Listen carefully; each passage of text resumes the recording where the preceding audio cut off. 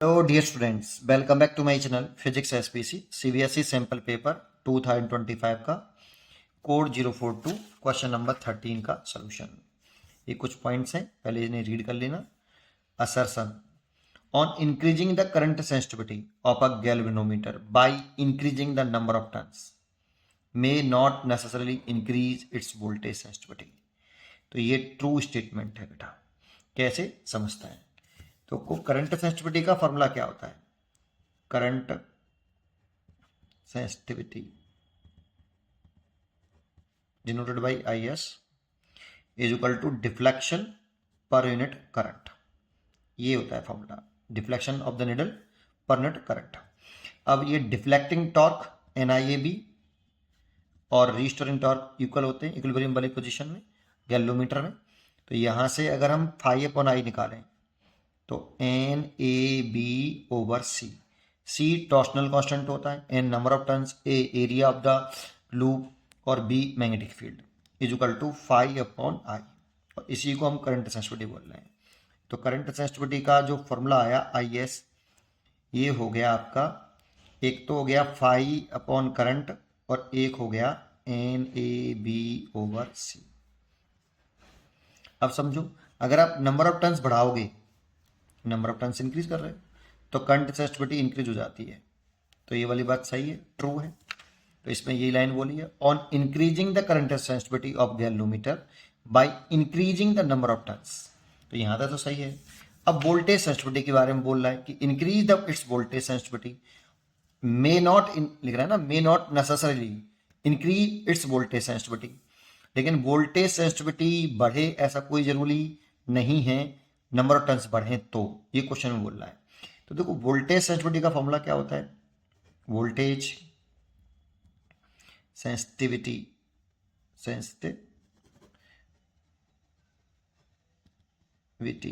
Voltage sensitivity VS बराबर होता है deflection in the needle divide by voltage across the galvanometer. इसे ऐसे लिख सकते हैं, फाई वोल्टेज लिख सकते हैं I into R the resistance of galvanometer और करंट आपकी। और इसे क्या लिख सकते हैं बेटा? हम इसे लिख सकते हैं NAB/CR, ये। और इसे हम ऐसे लिख सकते हैं, current sensitivity divide by R। ये फॉर्मूला है बेटा। अब क्वेश्चन में कहा गया कि यहां पे भी अगर नंबर ऑफ टर्न्स बढ़ा रहे हैं तो वोल्टेज सेंसिटिविटी बढ़ेगी घटेगी। तो ऐसा लग रहा है कि नंबर ऑफ टर्न्स बढ़ा देंगे तो वोल्टेज सेंसिटिविटी बढ़ जाएगी। लेकिन आप सोचो, अगर नंबर ऑफ टर्न्स बढ़ाते हो कॉइल में तो रेजिस्टेंस भी तो बढ़ेगा। अगर नंबर ऑफ टर्न्स, ये तो रेजिस्टेंस से इंडिपेंडेंट था, लेकिन अगर आप वायर में नंबर ऑफ टर्न्स इंक्रीज करोगे तो वायर का रेजिस्टेंस भी तो बढ़ेगा।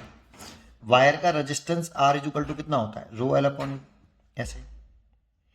अगर आप नंबर ऑफ टर्न्स इंक्रीज कर रहे हो, एरिया कांस्टेंट है लूप का, केवल आप क्या बढ़ा रहे हो? Number of length, number of turns बढ़ा रहे हो।